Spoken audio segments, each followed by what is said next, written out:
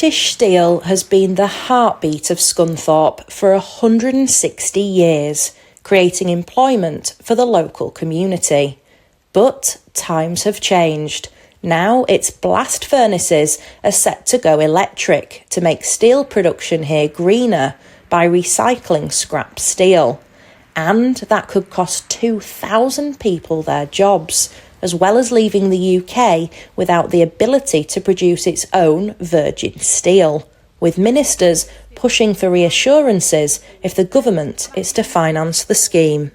If we're going to give hundreds of millions of pounds of taxpayers' money to British Steel, we have to ensure that we protect steel jobs and that we retain a blast furnace steel-making capability in Scunthorpe. We can't do anything without steel as a nation. Nobody can. If thousands of jobs are lost at the plant in Scunthorpe, this will have a huge knock-on effect to the local economy, which relies on trade from steel workers. Businesses like Beck Bakery, who sell the majority of food to staff from the plant. Most of our trade is from the workers, from workmen, either the British Steel or the contractors, that work on British Steel. I would say 90% of it is. People here have faced years of uncertainty around the steelworks. They're used to cuts. But this feels different. The blast furnaces are the steelworks. We make the best steel in the world. We always have them. Tyre cord, rail and everything. It's a steel industry. I don't know how you can go green with a steel industry. Scunthorpe, it'll be like a museum. It'll be no good at all. It's been British Steel and it's been here donkey's years, and we're down to the last one. We're down to the last steelworks here. And that'll be the end of it then. It's inevitable. The steelworks has got to move forward and it's progress, and that unfortunately, sadly for jobs, that's what's happening.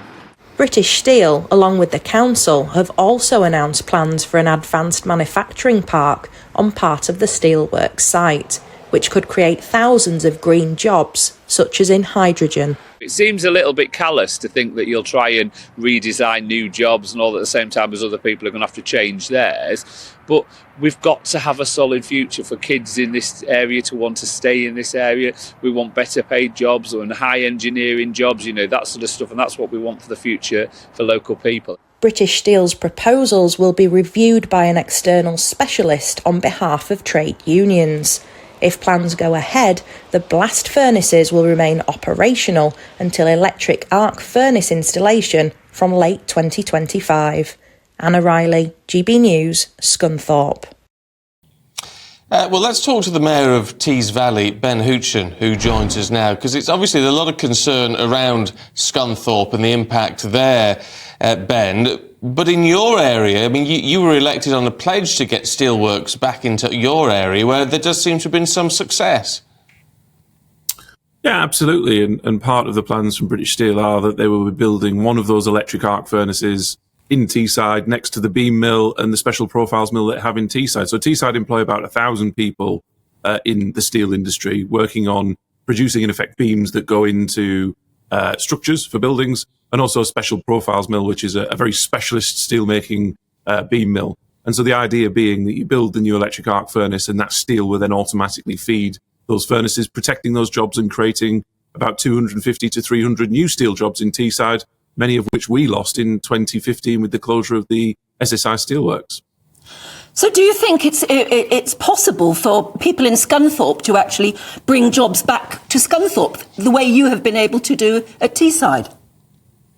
Well, the interesting thing about the conversation so far is I think we need to kind of establish some facts, right? So one, the idea that you need blast furnace steel in the UK and all of a sudden we're not going to be reliant on ourselves if we don't have it is incorrect. New electric arc furnace technology can produce huge amounts of steel for the UK and actually makes us more resilient as the UK. So, for example, British Steel at the moment import from across the world about 6 million tonnes a year of coal, of iron, of coke that then goes into their plant to make the steel that they produce. That makes us wholly reliant on third countries, many of which are not the UK's allies. Whereas with electric arc furnace technology, the only import that you need for electric arc furnace technology is about 300,000 tonnes of something called hot briquetted iron. So it actually makes us much more resilient as a country. It makes us less reliant on third countries.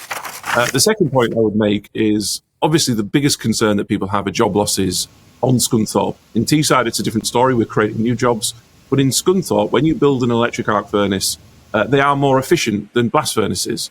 So, there is a misnomer here that they're doing this because it's about green and net zero jobs and all that kind of stuff. Actually, the primary purpose for this is it actually makes British Steel more commercial.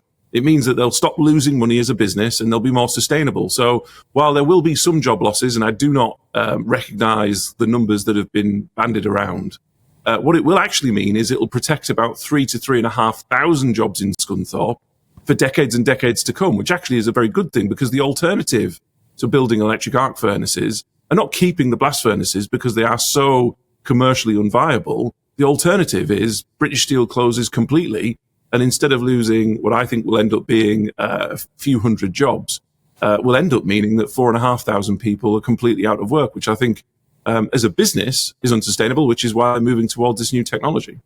OK. Ben Hoochin, Mayor of Tees Valley, good to see you this morning. Thank